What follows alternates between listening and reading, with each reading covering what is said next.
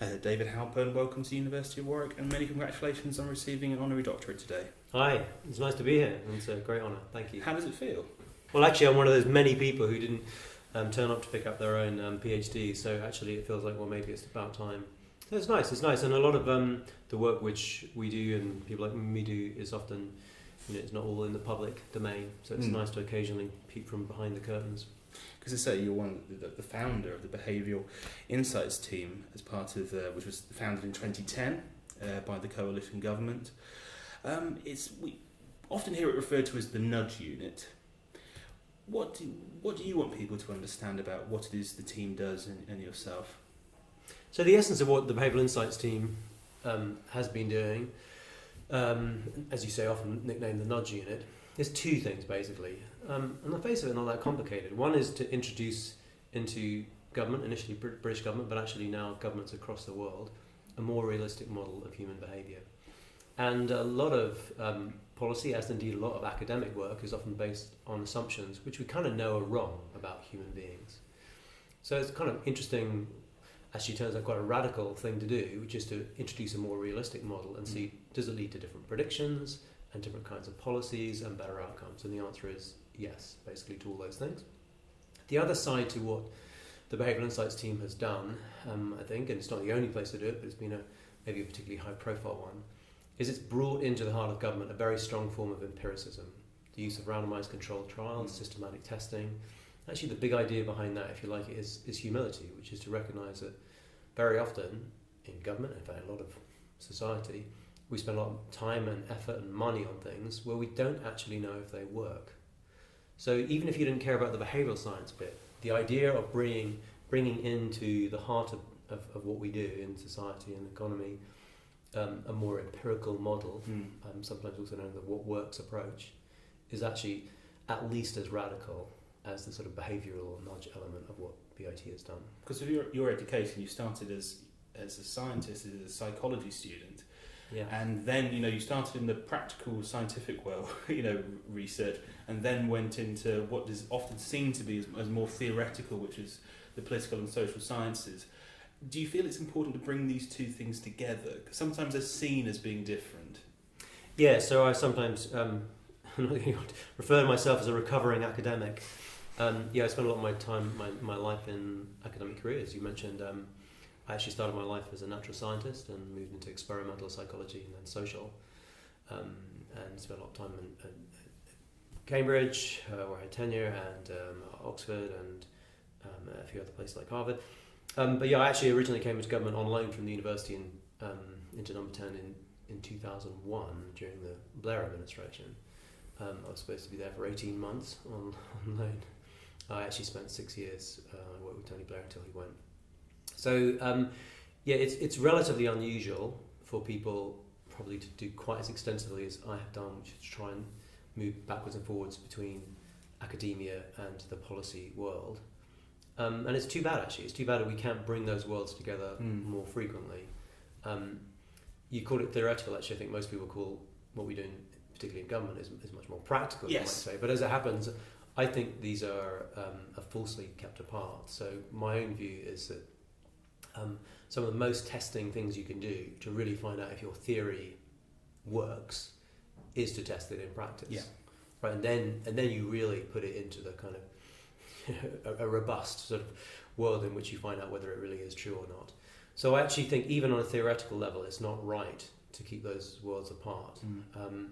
Of course, I've always been interested in forms of scholarship which have an application to the world, like, and particularly in social science. You might think, well, it's nice to understand and to reflect, but it's not a kind of consumption good to actually see, well, can you use this knowledge to improve people's lives?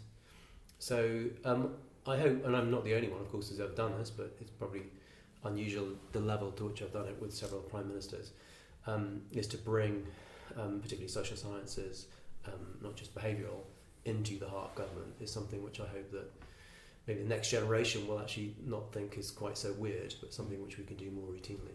And do you think it would be a positive thing if science students today, because often they don't think about that government or the civil service is for them, it's sort of seen as the purview of the arts students, the philosophers, the politics graduates.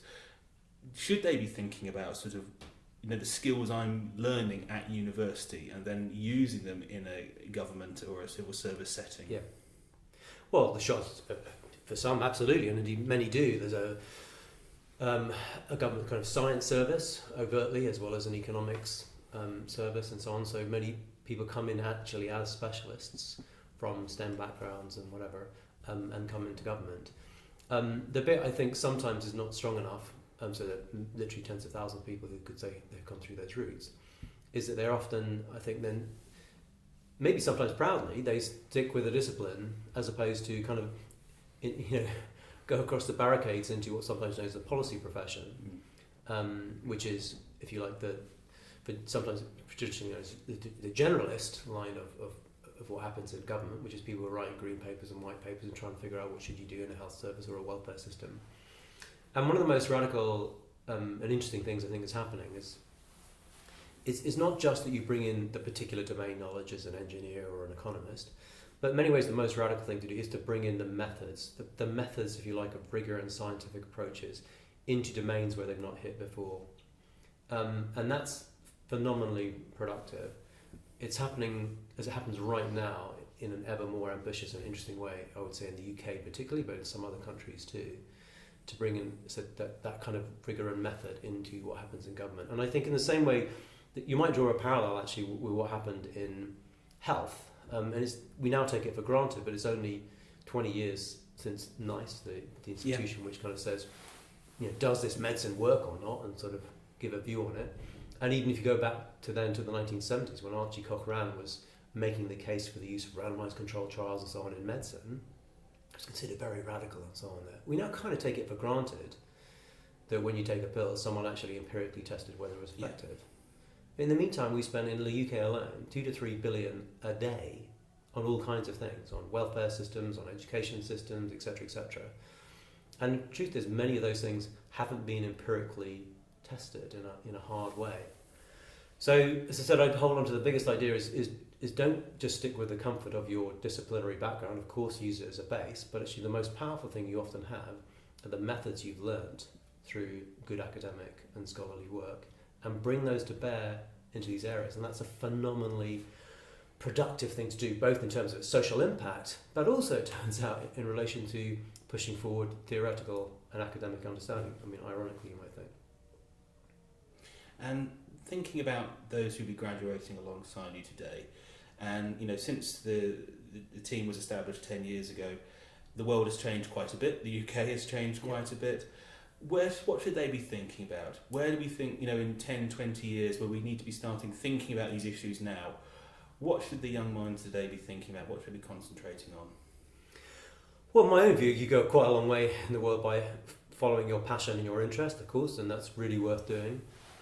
If it's not exciting to you, then go and do something else. I think that also can be outlined, that is clearly true for many young people today, as it was in the past, maybe even sharper, is people also want to have an impact. Inglehart calls it post-materialism. I think it's just, people expect to do something and be able to put food on the table, but they also want more than that. They want to feel that what they're doing makes a good contribution. So in terms of what does that really mean, can we give a slightly narrower and a broader answer? So there are loads and loads of issues which we don't really understand well enough. Just in relation to behavioural and social science, let's start with that. It's not just about sometimes known as 101 nudges, like redesigning a letter. So if we use called social norms, if we write on it, most people pay their tax on time, you're more likely to pay, other people are more likely to pay, less likely to delay payments. So it's very nice application, but it certainly doesn't stop with those kind of 101 applications. If you think about it, most policy issues and problems in the world are to do with human beings and behaviour. If we want to save the planet, it's about changing how we live our lives and certain behavioural shifts often. If you want kids to work harder in school, you've got to say, it's not enough to pass a law and say, can you at the back, please concentrate. It's actually a human thing. Similarly in health, it's definitely not just biomedical by any means. Most of the years of healthy life lost that we now know and can identify are for behavioural and lifestyle factors. And yet that's not where we spend most of our money and our effort. Or even the big things that really do in societies, internal conflicts. Actually, your own Vice-Chancellor does very interesting work in this area about conflict, radicalisation, on the negative side, but also cohesion, the extent to which you trust yourself is a key variable. It's actually a better predictor of national economic growth rate, social trust, than its levels of human capital, number of degrees, in a population. So there's just loads and loads of incredibly interesting and important questions which you can apply, in my view, kind of good empirical work to, and particularly social sciences and behavioural sciences and good methods. The other thing I'd just say, which I hope that those graduating today will have some choices which probably in my generation we didn't have quite so clearly. So, if I go back 20 years, 30 years even, when I would have been undergraduate, you had certain kind of choices about, are you going to become an academic, a scholar, or do you want to go into policy, or, you could be an MP or more likely a civil servant or something, or do you want to be an entrepreneur and go into business, either, social or whatever. I think, and one of the nice things about a place like the Behavioural Insights Team, and there are other sort of bridge institutions a bit like that are springing up, why should you have to choose? Why can't you be all three of those things at once? Why can't you be, a good academic scholar in terms of you're at the frontier of knowledge, but also applying for real, impact like a policymaker, but thinking and acting like a social entrepreneur to try and find new routes through.